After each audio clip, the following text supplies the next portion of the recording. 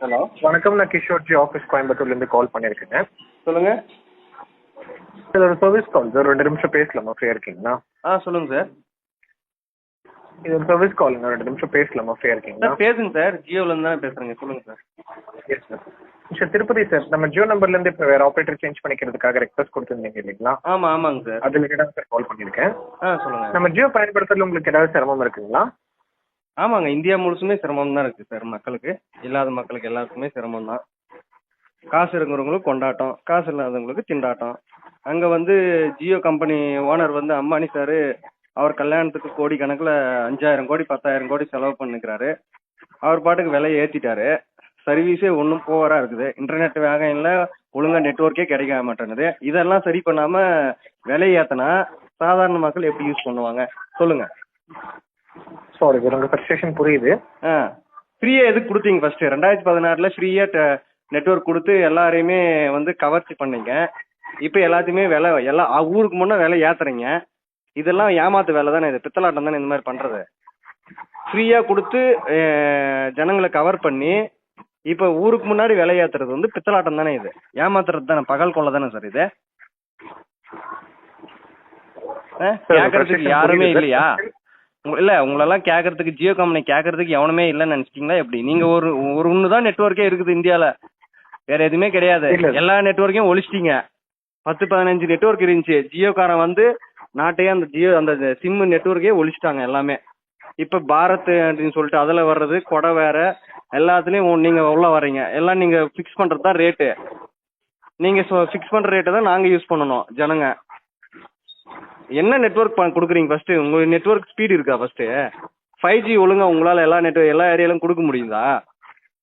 அதை சரி பண்ண உங்களால் முடியல. இதில் விலை ஏற்றி என்ன பண்ண போகிறீங்க? உங்க பாருங்க, நீங்கள் கூடிய சீக்கிரம் 3வது இடத்துக்கு போக போகிறீங்க. நம்பர் 1க்கு வந்து பிஎஸ்என்எல் வரப்போகுது, நம்பர் 2க்கு ஏர்டெல் வரப்போகுது, 3வது இடத்துக்கு நீங்கள் போக போகிறீங்க. பார்த்துக்கோங்க. ஜியோ அட்ரஸே இல்லாமல் போக போகுது கூடிய சீக்கிரம் இந்த மாதிரி பண்ணீங்கன்னா.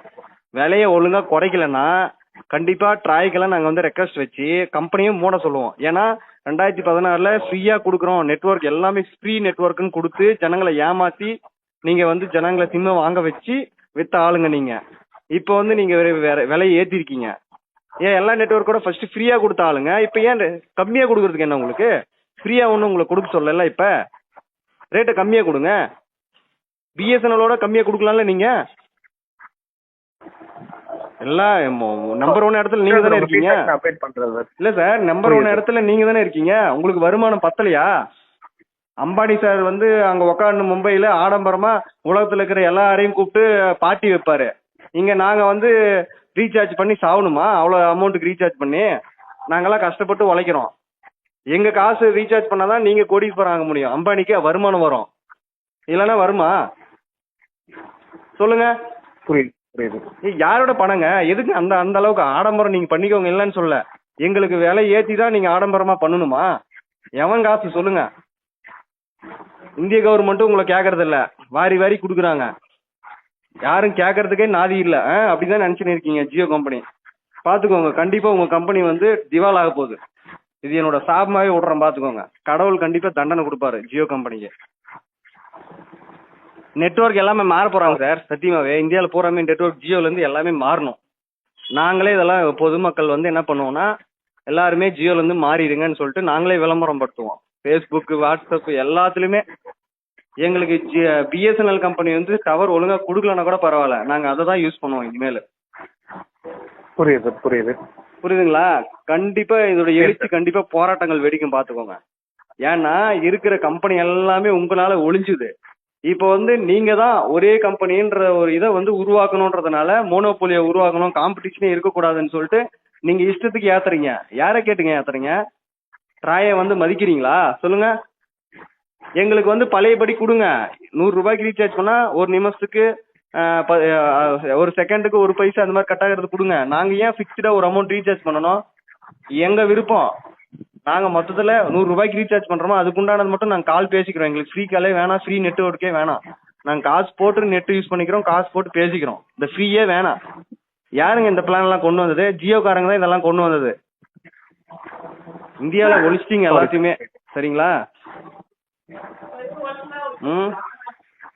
சொல்லுங்க Sure, என்ன உங்க என்ன feedback சொல்ல வந்து வரீங்க update சொல்லுங்க. பண்ணிக்கிறேன். இந்த ஃபீட்பேக் அம்பானி சாருக்கு அனுப்புங்க. இந்த ஃபீட்பேக்கை வந்து அம்பானி சாருக்கே அனுப்புங்க. நானும் கால் ரெக்கார்ட் பண்ணியிருக்கேன், சோசியல் மீடியாலாம் ஸ்ப்ரெட் பண்றேன். சரிங்களா? Sure, sir. மொத்தத்துல ஜியோ கம்பெனி வந்து விலையை குறைக்கலன்னா எல்லாருமே வந்து போர்ட் ஆயிருவாங்க, பாத்துக்கோங்க. வேற ஏதாச்சும் நீங்க சொல்ல விரும்புறீங்களா? இல்ல சார், அவ்வளவுதான் சார். ஓகேங்க, தேங்க்யூ. Thank you sir.